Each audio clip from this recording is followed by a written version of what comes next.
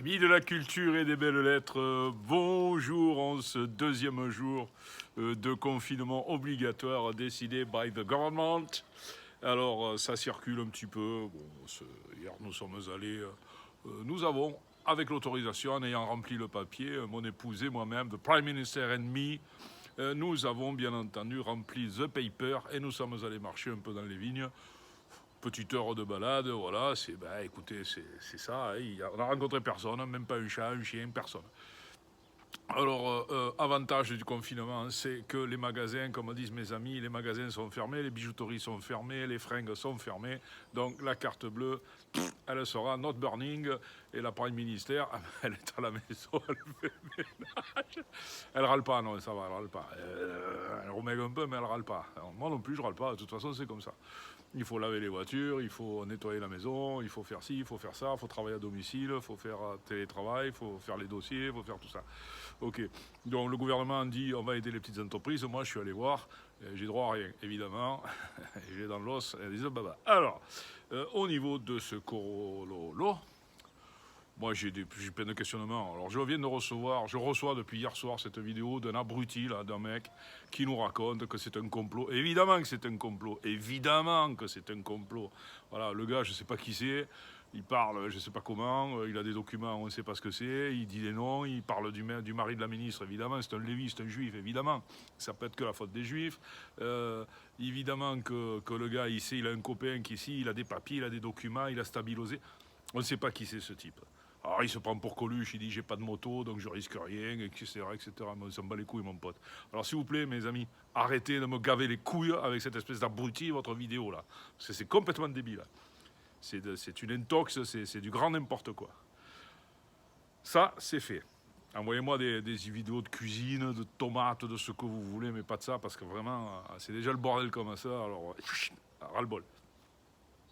Ensuite, je voudrais revenir sur les besoins des hôpitaux. Alors, cette affaire de coronavirus, elle met en exergue, oh, je parle bien, vous avez vu, elle met en exergue ou en avant la difficulté de l'hôpital public.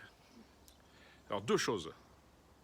Soit l'hôpital public est vraiment dans la panade, avec son personnel hospitalier et tout ça, hein, on est bien d'accord. Hein.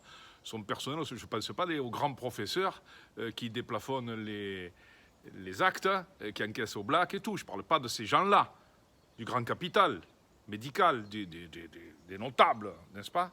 Je parle du petit personnel, les infirmières, les infirmiers, les petites mains, les aides-soignantes, les aides-soignants, etc. Les surveillants, les gardes, ce que vous voulez, le petit personnel. Alors si ces gens-là sont vraiment dans la merde, si l'hôpital public est vraiment dans la merde, il faut que le gouvernement mette des moyens pour faire fonctionner l'hôpital public. On a un système de santé qui est ce qu'il est, il est bien, il est gratuit. Bon, alors, ou on y met les moyens, ou on arrête les conneries. On arrête tout, on ferme, on laisse tout au privé. Mais on a les couilles de le dire. Mais on ne fait pas comme ça de l'à peu près. On n'a pas de masque. Pourquoi, dès que ça a commencé, on n'a pas eu un masque chacun? 10 masques par famille, et puis c'était terminé. Ben, si on me dit, Michel, tu peux fabriquer tes masques, tu fais ça, moi je me les fabrique, je m'en bats les couilles. Ma soeur, elle en a trouvé un de masque, donc elle s'est bien débrouillée, elle peut aller faire les courses toute la journée. Tout le monde aurait eu des masques, on partait en ville, balader, il n'y aurait pas eu de confinement. Là, je sais pas. C'est à peu près, on a un gouvernement qui est dans à peu près. Donc, soit l'hôpital public est vraiment dans la merde, soit l'hôpital public nous prend pour des citrons, c'est-à-dire c'est un système catégoriel qui dit que bon, on va mettre le bordel, on va faire croire que c'est le bordel, parce que ça existe. Hein. Le complotisme, c'est dans les livres, mais ça existe réellement. En politique, je peux vous garantir que ça existe réellement. Alors, peut-être qu'à l'intérieur de l'hôpital public, il y a des gens qui se sont dit, ben tiens, on va en profiter pour mettre un petit peu le bordel, on va accentuer la détresse, pour que nous, on puisse ramasser le maximum de blé. Alors, je pense quand même que l'hôpital est mal barré. L'hôpital est mal barré, puis pourquoi il est mal barré? Pourquoi tout le monde va aux urgences? En plein été, on vous dit les urgences sont débordées. Elles sont débordées sans arrêt. Donc c'est qu'il y a un système qui ne va pas. Les médecins, il n'y en a plus. En France, il n'y en a plus. Voilà, dans mon petit village, ici, il n'y a plus de médecins. Il en reste 2, 3, et encore, ils travaillent 2 jours par semaine. Il n'y a plus personne, il n'y a plus de médecins, il n'y a plus rien. Alors les gens, au lieu d'aller voir le médecin généraliste qui ne travaille plus le week-end, qu'est-ce qu'ils font? Ils vont aux urgences et évidemment, ils engorgent l'hôpital. Alors le système de santé, il est très bien, mais il faut tout mettre à plat et tout le revoir.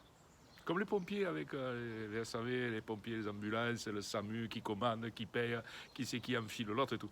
Il faut à tout prix mettre tout ça à plat. Alors je ne dis pas que ce soit ce gouvernement, un gouvernement d'autres, un gouvernement de ci, un gouvernement de ça. Mais non, il faut tout mettre à plat et il faut parler. C'est-à-dire, voilà, il y a des intérêts convergents, il y a des intérêts divergents, il y a des choses qui vont, il y a des choses qui ne vont pas. Mais l'hôpital public, il faut garder ce système de santé, il faut le garder à tout prix. Alors je vous dis, si on ne veut plus le garder, on file tout au privé, on privatise tout. Moi, c'est comme ça. Allez, on privatise tout, on n'en parle plus, on travaille à l'américaine. Si ça vous convient, ça vous convient. Mais si vous voulez encore un service public, il faut y mettre les moyens. Il faut arrêter de balancer l'argent par les fenêtres. L'argent, il est là, puisqu'on débloque 25 milliards d'euros, 25 milliards de déficit, 30 milliards par là. L'argent, il y est. Il existe, l'argent, il y est. Bah alors, si vous nous faites chier.